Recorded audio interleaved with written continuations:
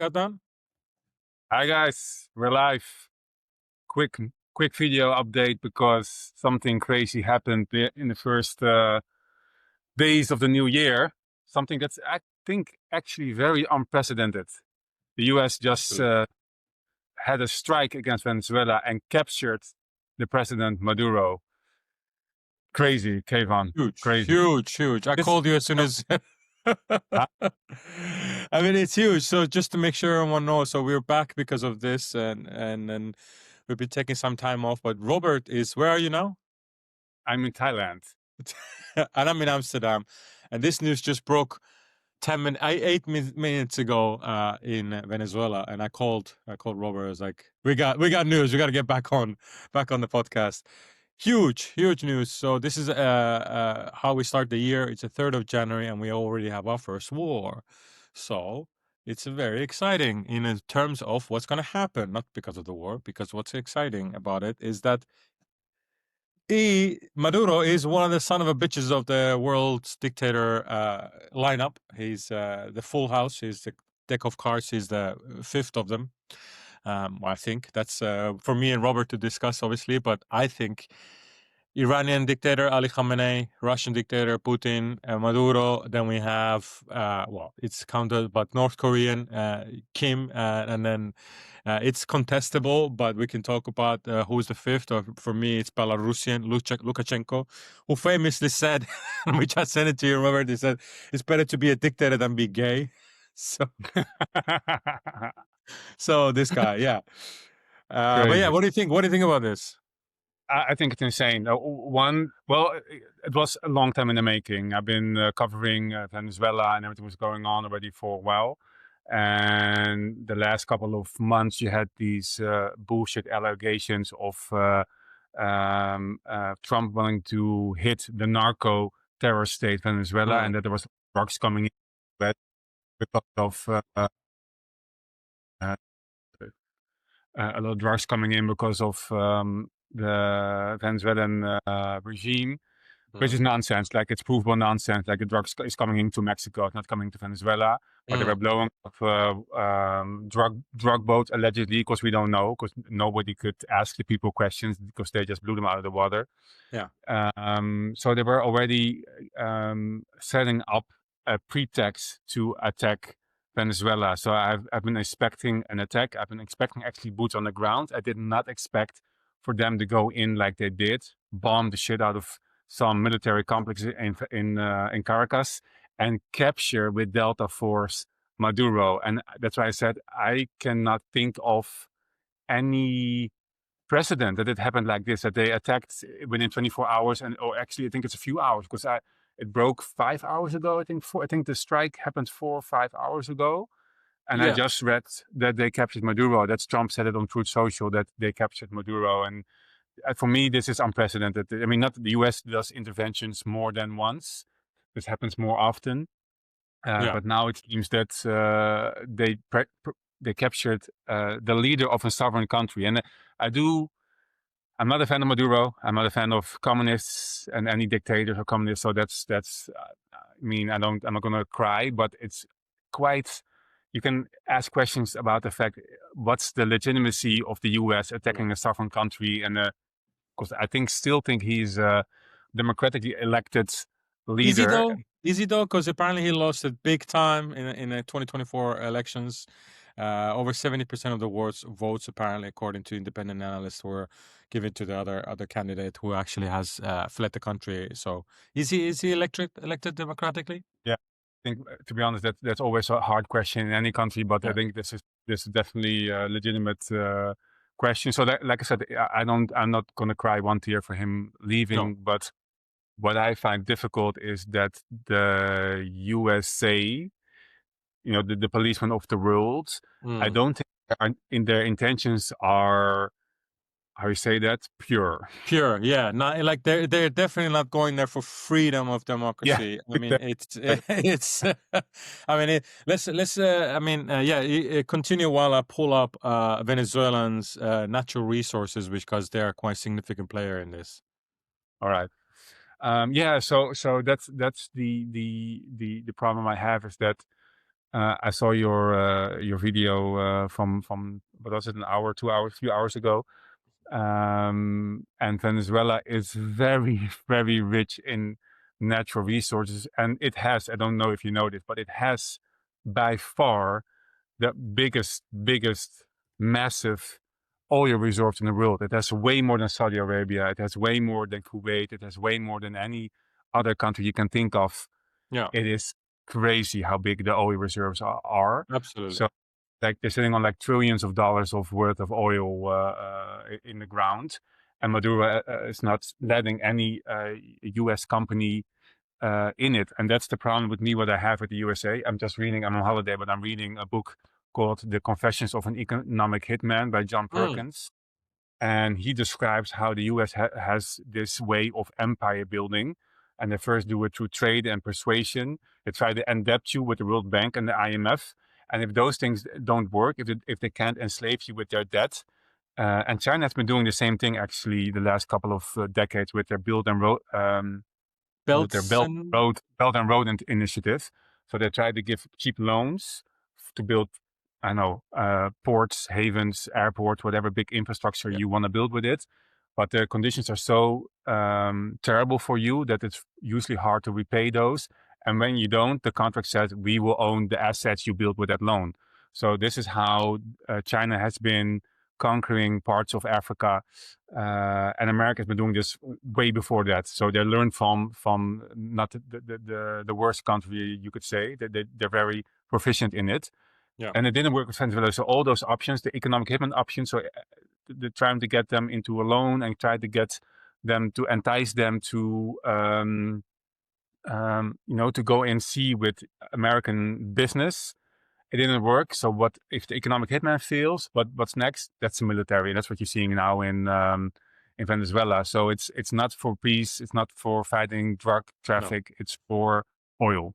I mean, that's that absolutely. I agree with you there. I mean, we rarely agree, but this is definitely something that it's clear. I mean, there's no doubt about it. So I've just pulled the data, which I will put on the screen later on when we put this recording on. So Russia has the most natural resources in the world, estimated at 75 trillion.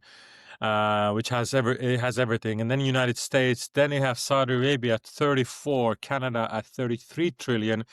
Then we start getting interesting countries. We have Iran at 27 trillion, which is already incredible because next to it is China. China has 23 trillion dollars worth of natural resources in value. And then you have Australia at 20 trillion. Then we have something interesting. Iraq at 16 trillion.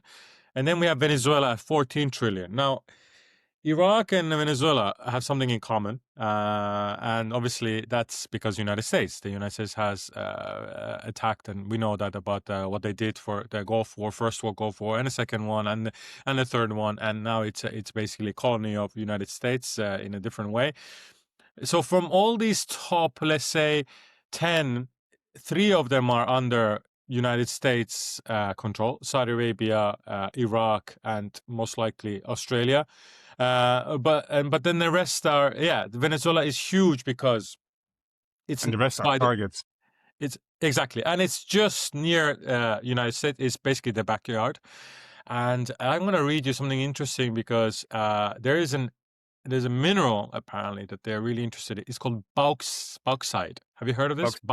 That's Suriname. The colony of the Netherlands, Suriname is also big in one. Yeah, yes, other guys, yeah. Yeah, you guys, yeah. So bauxite is it's very interesting and important. It's crucial for making aluminium, and without making aluminium, you cannot make like half of the technology in the world. And then what Venezuela apparently has more than many other countries that were in the list, and this is apparently very important, and it has rare earth minerals and diamonds. So it has huge diamond reserves.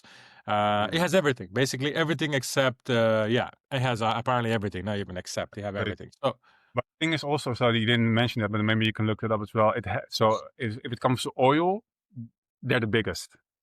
So right, natural resources in oil. Okay, let's check there. So if you look at the total, it's a nice thing, the total cap of market value of all the resources they have. So then they rank 10th or something, I think, if I No, you're some right. Actually, you're absolutely right, Robert. They are number one at the share of global reserves in percentage. They have 19.4%. My goodness, I had no idea. 90.4 of all N- reserves. 19, they have 20% of the world's oil reserves. Yeah, Wow. exactly. But if you look, so everybody knows Saudi Arabia and Kuwait and all those countries known for oil.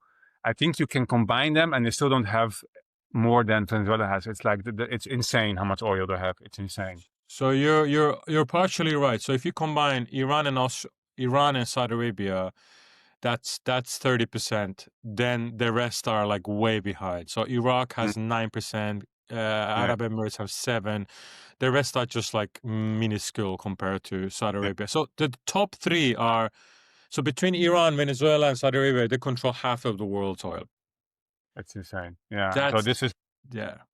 this is the main reason. This is the reason, and I think all the other minerals are a cherry on the pie for the U.S. to to take action. And this is maybe also, so I know a lot of pro-Trumpers who said, Trump it was the president who never went to war, who never, Right.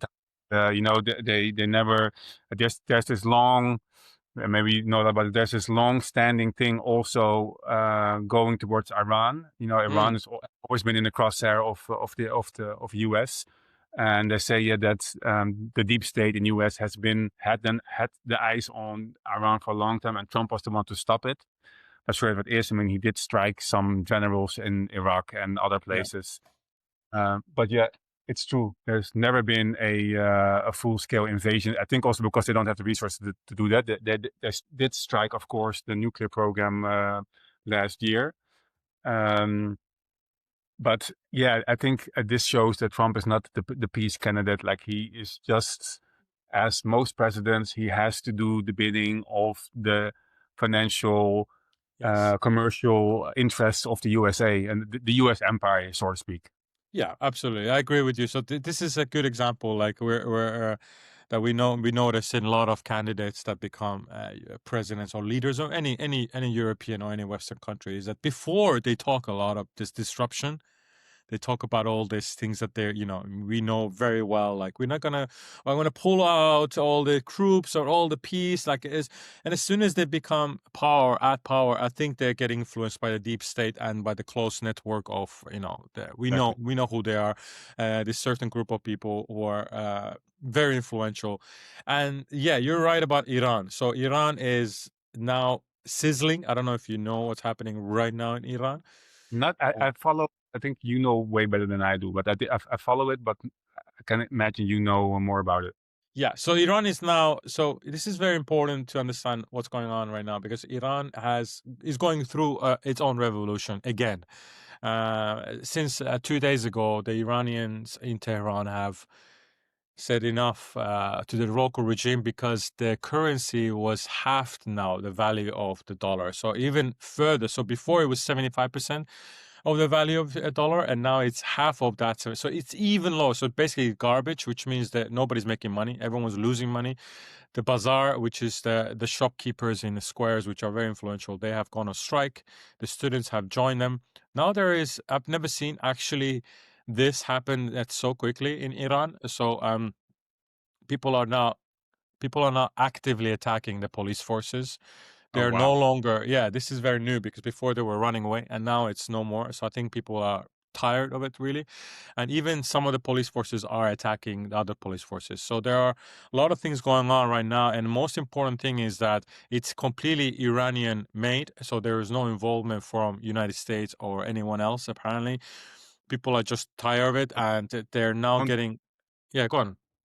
Although we know we cannot say for sure, Yeah, we don't know we what's can. going on, but there's genuine, how you say that? There's a genuine push for regime change from the people itself.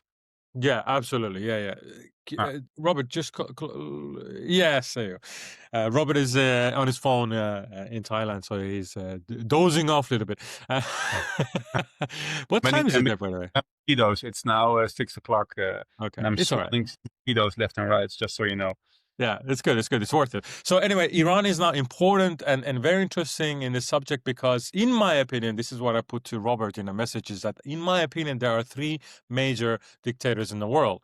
Number one, and obviously, is Putin, and he's been a dictator there since obviously the fall of Soviet Union, and he was already very influential with Yeltsin, and since then he's controlled the biggest country in the world completely, and without any kind of democratical elections or anything. It's undisputable. And then Iran obviously is a huge dictatorship. There is in fact a complete theocracy. And then there is Maduro from Venezuela. Now, why those three? Because they are geopolitically very important countries. Iran has massive influence in the region and beyond. They are very influential in the natural resources, in culture, and also food, and all these things. They're quite an influential country in a way that the Iranians abroad create a lot of companies. They have influence. There is a lot of influential Iranians in every segment of every country in the world. And then Russia is very, in my opinion, also very. It's easy to understand why Russia is influential. It's massive. It has all the resources the world needs, basically. It's bordering almost 60 countries. It's meddling in Kazakhstan, Kyrgyzstan, in North Korea. It's meddling in obviously in Ukraine with the war. Belarus, it's basically colonized Belarus. It's doing complete warfare at all sections of the world, from sabotaging water cables to cyber attacks, etc. And then you have Maduro, which is taking the country that has, like Robert says, the most oil in the world, taken it to such poverty that people cannot survive with, even like they can't get water and food in a day. Like, that's the same thing in Iran. Iran has incredible drought now. There's no water, etc. So all these are boiling up, but we didn't expect it to start so quickly in 2026. No, like I said, I think so let me first answer the question. Yeah, I think those are definitely dictators. What I find difficult is that I watched the democratic elected leaders of the world, and there's a lot of influence by how you say that, whatever big money investors in the world, either pushing to media, like it's more soft, so to speak. The Soft influence is power, you mean? differently, not like with hard hand, and you are allowed to vote. And there is, well, I mean, the US has two options, but if you look at the policy those two options bring forward, either Democrat or Republican, it's always the same. Like, it's because the special interests behind it are actually the ones who are in control. So for me, the USA definitely way freer than the countries you mentioned. Like, it's not even comparable. I think the US is probably still one of the freest countries in the world. But there's massive amounts of money to printing of money, to taxes, is being funneled to like this small group of people, and now they want the oil of Venezuela. So for me, I can speak about dictators, but I find it I'm a little bit nuanced in the sense that I think, but the free world is not so good itself as well. We can do much better than we're doing right now, I think.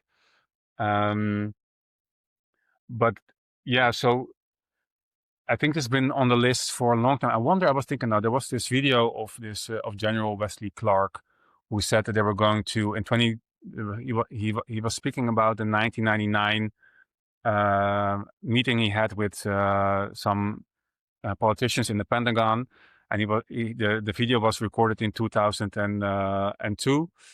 Hello.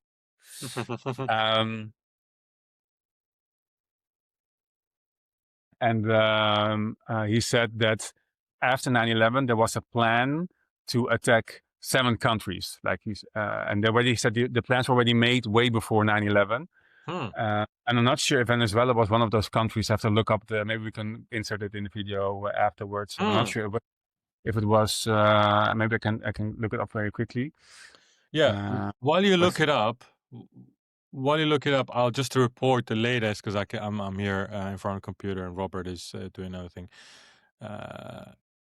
State Secretary Marco Rubio, has just said that there are no further actions against Venezuela following the capture of Nicolas Maduro. So they have really actually captured him. That's crazy. That's That insane. that Can you is. can can you think of another example when that happened? Ever? Yeah, I think they did the same thing with Nicaraguan dictator Noriega, and then did the same Uh, thing. yeah, They yeah, pulled yeah, him yeah. out, and then they took him. He was in jail. Don't you remember there was like photos of him with his hands tied back? I remember Yes. that. What was his Noriega? That's his name. And then I think they did the Did same thing with the. that day, or Huh? was he was killed somewhere there, wasn't he? He was not extradited to the USA, was he? I think he was captured. Nicaraguan dictator captured. I think he was No. captured by United States. Yeah. Yeah, they took him. They took him. Yeah, they took him back, I think, a long time ago. We could check them, but he was abducted for sure. And I think they did this, yeah, but I'm not sure if this has been done in a way that is so public.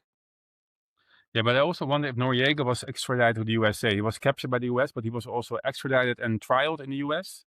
You might be right. Let's see. It was. Because I can remember him being shot. That's what I remember by the opposition. Because that's what they usually want to do. They just want to capture you and then have their lackeys do the dirty work. Yeah, you're. I think you're. Dictator starts in I think so, something like that. We have to check. Yeah, I think so. I think you're right. But nevertheless, it is absolutely insane to think of. Like, I am completely for this action. Like, I am. I think Maduro is a piece of shit, and he should definitely, like, he's a bus driver who became a dictator of the most richest country in natural resources in Latin America. And he's driven. I mean, if look, it doesn't matter who you are for or not. I mean, we can probably agree on one thing. If your country has so much resources, the citizens of that country should be well off. Like That's Norway, like stupid. Switzerland, Yeah. Uh-huh. right? Right. So that's my point here. Is like like for example, UAE or Saudi Arabia. Saudi Arabia has realized if they don't do that, they will lose power. So they have started giving a lot of money to their citizens. Same as with Qatar. Same with the Oman. But some countries like Iran is not doing that, and Russia is definitely not doing it. And this is the problem, I think. Obviously, Russians don't have the same courage as Iranians have. That's clear because there's no Russian demonstrations. There's no protests of. Have you ever seen large scale protest in Russia No. against power? It just doesn't happen. They don't do that. They're not that kind of people. They don't do that. They're just like, okay, whatever. We'll just we'll be quiet and we won't get killed. But as Iranians and Venezuelans, they don't do that. They are really against their power. So that's why I think this is incredible to think that they have taken him and his wife apparently to the United States. They just confirmed it. Wow. Yeah, I'm like I said, I'm not going to shed one tear for him not being the leader of the country, but I'm very much against the USA bringing in another proxy state for their money. Because the thing is, and that's also Yeah. actually the thing I read in this book about economic hitman, that the way they go in, it mostly profits the special interest in the USA. It does not it does not benefit the people to the fullest. I think one of the countries which did that was Libya. Gaddafi was very, very keen on sharing the wealth of his natural resources with his people. He even went so far to really challenge the financial, how you say it? Is it Africa coin? He said Africa coin or Yes. something. Remember that? That was a great idea. Yeah. Yes. So, and that was the thing is, it was so great. I think that's the reason why he got killed, because before he introduced that African dinar, it's the golden dinar he wanted to introduce. That's right. Yeah. So this is what I said now. How this group of people make a lot of money by printing money. The US dollar is a fiat currency, and they print money out of thin air. It's not being backed by any substantial thing of value, and they just print it and spend it, and that's how a special interest makes the most money. And if you want to counter that, you have to have sound money, and sound money is money that's coupled to something valuable, for instance, gold. And that's what Gaddafi did. Gaddafi and Libya had a lot of gold, so they could do it, but Africa has a lot of gold anyways. So that challenged that special interests like head on, and that's why he had to go, and that's why France and Britain and United States. Yeah. United States just Once went again. in because this is not in their interest. So yes, natural resources should benefit the owners of those natural resources. But now US going in, they will share a bit because they're smart and they know that if you don't share a bit, you will get trouble. But the majority of profits will not go to the people, but to special interests.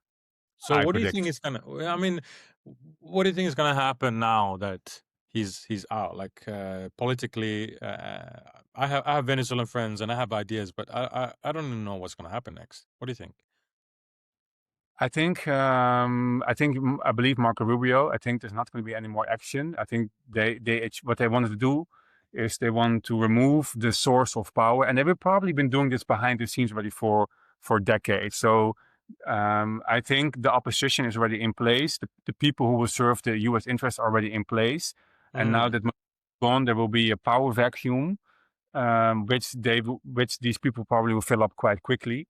So the interim president, the interim government that will be formed quite quickly after probably the next couple of weeks, you will probably see, if it goes the way they want it to go, you will probably see that the US will acknowledge this interim government and say they will go on negotiating and speaking terms with these governments to talk about the drug problem being solved, yada, yada, yada. But what really would happen is that these people will sell out the natural resources to US companies, open the door to US companies. And you have another puppet regime in place, which does the bidding of let's call it the US empire. So the opposition leader of Venezuela, who won, I think, the Nobel Peace Prize, is Marina Corina Machado. Is most likely going to be the next leader of Venezuela because she, at all accounts, got the biggest amount of votes. Apparently, 70% of the votes that were in Venezuela. So I think you're right, but I think she's gonna become next Venezuelan leader, and that's quite interesting because obviously she's a lady and she's now in exile, I believe, and she got the Nobel Peace Prize, which actually she dedicated to Trump. Oh, really? Did you know that? There, there you So I got. mean, They're yeah. good So on.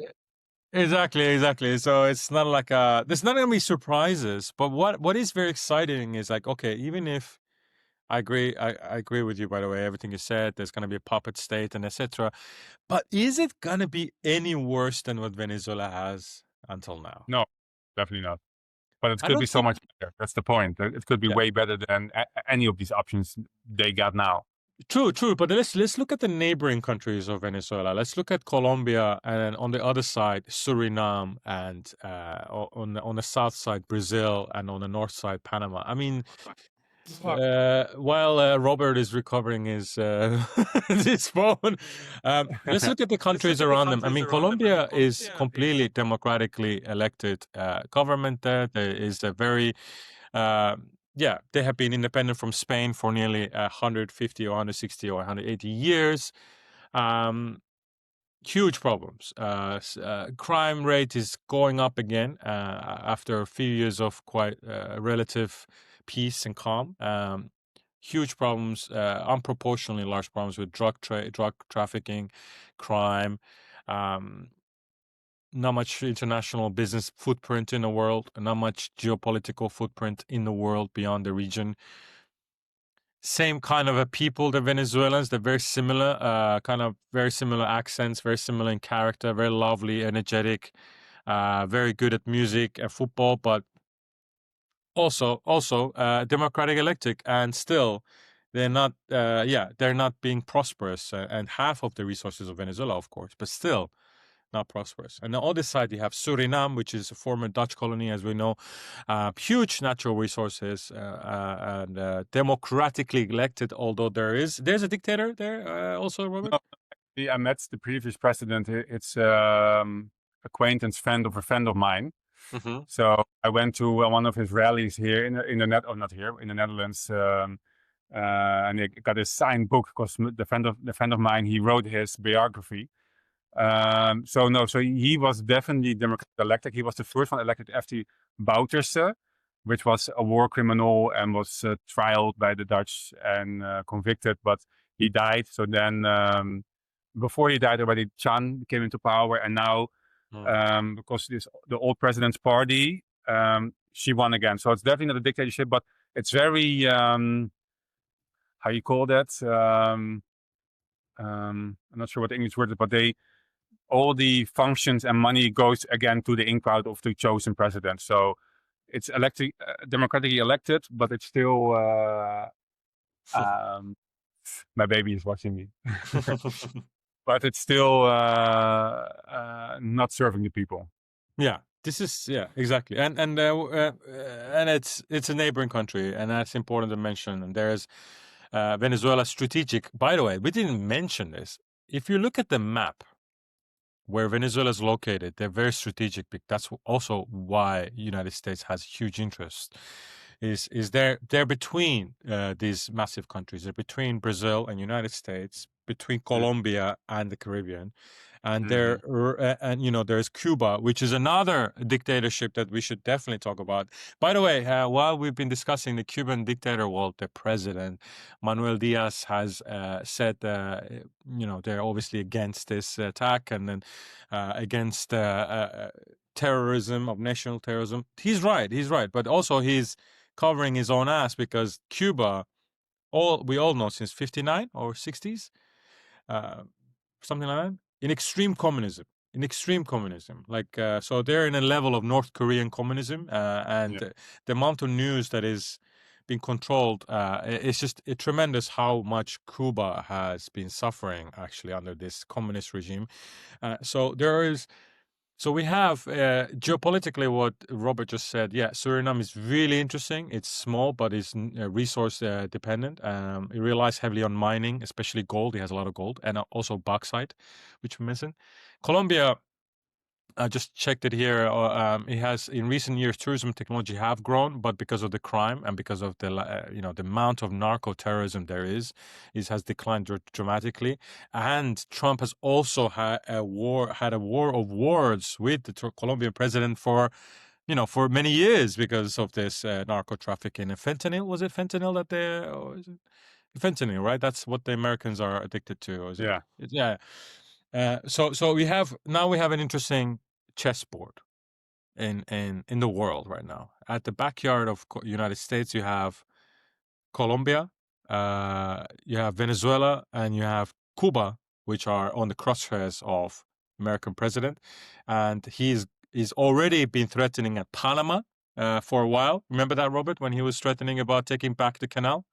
Yeah, definitely. That's again, the economic hitman book is now writing about how it came to be in the first place. But China has been moving in silently, so this is definitely something that's. I'm not sure if they already did it, but it's going back into the U.S. Influence sphere of influence. Yeah. And it's interesting from a president who said that he's not gonna wage any wars. He's gonna be the president of peace, etc. But we all know when deep state and these economic powers within the United States, they have more pull than any president. You don't mess with those people who own the land and the country. So just to give you a little bit of perspective here, I'm pulling some numbers of the economies here, and just to give you economy of Panama. So Panama's economy in nominal GDP, how much you think it is? GDP. Last year. No, I'm going high. What did you say? I said 1 trillion. I'm no, going high. No, that's Germany, almost Germany. That's its nominal GDP is 86 billion. GDP per capita is 19,000. It's pretty good, 19,000 per. So that's all right. It's a population of 4 million, and it's a very low. So it's a very low crime rate country. Then you have, very interesting, is Suriname at 4.7 billion. GDP is only $7,000. Then you have Colombia, which is at 419 billion. The economy in itself, but only GDP is less than Suriname, also $7,000, which is tremendously bad, horrible. Then Venezuela. Nominal GDP is $82 billion. GDP per capita is $3,000. That is 28 million people. That is the average is 3,000. So just to give example, that's less than half of Suriname, which is a 1 million country, has recently got out of colonialism and is still very sparsely populated, has almost no industry. Still, people there make double than Venezuela. That's what's at stake here. This is absolutely traumatic to me to listen to this. Let's I need to wrap it up. Yeah. Well, let's continue this developing story maybe the coming days, weeks, because I think it's a lot of it's very interesting to see what it will do, and maybe we can because this story just broke a few hours ago. Let's see what it let's see how it develops. Maybe come back with some updates on what happened, why it happened, what's going to happen, and how that influenced the US, the world, and especially the region in Latin America. Yeah, the press conference is going to be at 5 p.m. CET, 11 o'clock at Eastern Pacific Time in the United States. And Trump is going to go on TV and say some interesting things. So we'll let's check in then. All right. Thanks, Robert. Yes. Have a good time in Thailand. See you soon. Bye, man.